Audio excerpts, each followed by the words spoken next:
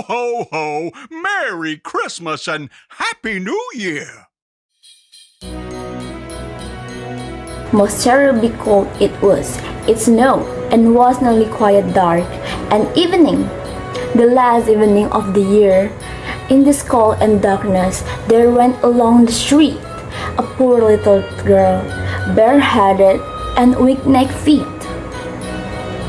When she left home, she had slippers on. It is true, but what was the good of that? They were very large slippers, which her mother had hired to worn.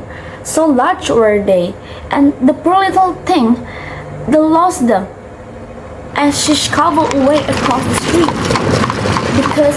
because of the carriages that rolled by dreadfully fast. One slipper was nowhere to be found. The other had been laid hold of by urchin, and half heron with it. He thought it would do capitally for a cradle when he someday or other should have a children himself. So the little maiden, walking on her tiny naked feet, that were quite red and blue from cold, she carried a quantity of match in at all upon, and she had a bundle under her hand. Nobody had bought anything or her the whole life long day. No one had given her a single farthing. She crept along trembling with cold and hunger, a very picture of sorrow, the poor little thing. The flakes of snow covered her long hair, and which fell in beautiful curls around her neck. But of that, of course, she never once hoped though. From all the windows, the candles were gleaming, and it smelled so delicious of rose gold. For you know, it was New Year's Eve. Yes, of that she told. In the corner, formed by two houses, of which one a fence more than the others, she sat herself down and covered together her little feet she had down close up to her, but she grew cold and colder, and to go home she did not venture, for she had not sold any matches and could not bring a farthing of money. From her father, she would certainly get blow. At home it was cold too, for above her had she only the roof, through which the wind whistled, even though the largest cracks were stopped with straw and rocks. Her little hands were almost numb with cold. Oh, a match might afford her a word of comfort. If she only dared take a single one off the bundle, drop it again the wall, and warp her fingers by it, she drew one out. How it blazed, how it burned, its warm, bright flame like a candle. As she held her hands over it, it was a wonderful light. It seems really the little maiden as though she were sitting before a large iron stove, which burnished in brass feet and the brass ornament on top. The fire burned with such pleasant influence, it warmed so delightfully, the little had already stretched out her feet to warm them too. But the small flame went out, and the stove vanished. She had only the remnant of the burnt-out match in her hand. She rubbed another against the wall, it burning brightly, and where the light fell on the wall, there would the wall become transparent, like a veil, so that she could into the room. When the table was spread, a snow-white tabascat. Upon it was splendid porcelain service, and the rose ghost was steaming famously with the stuffing of apple and dried plums. And what was still more capital to behold was the ghost humped down from the dish,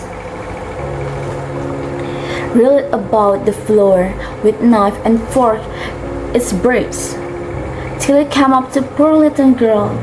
When the match left behind, the match went out and nothing but the thick, cold dumb was left behind. She lighted another match. Now there was sitting under the most magnificent Christmas. It was still large and more decorated than the one which she had seen through the glass door in the rich merchant's house. Thousands of lights were burning on the green branch, and gaily colored pictures, such as she had seen in the shop windows, looked down upon her. The little maiden stretched out her hand toward them when the witch went out. The light of the Christmas rose higher and higher, and she shouted now as stars in heaven. One fell down and formed a long trail of fire. Someone is just dead, said the little girl, for her old grandmother, the only person who had loved her, who was now no more, has told her that when a star falls, a soul ascends to God. She drew another match against. It was again light, and in the lustre there stood the old grandmother, so bright and radiant, so mild, and with such expression of love. "Grandmother," cried the little one, "oh, take me with you. You go away when the match burns out. You vanish like the warm stuff, like the delicious rose ghost, and like the magnificent Christmas tree." And she rubbed the whole bundle of matches quickly against the wall, for she wanted to be quite sure of keeping her grandmother near her. And the matches gave such a brilliant light, and that it was brighter than at noonday. Never formerly had the grandmother been so beautiful and so tall. She took the little maiden on her arm, and both flew in brightness, and its joy so high, so very high, and then above was neither cold, nor hunger, nor anxiety. They were with God. But in the corner, at the cold of dawn, sat the poor girl with rosy cheeks and with a smiling mouth, leaning against the wall.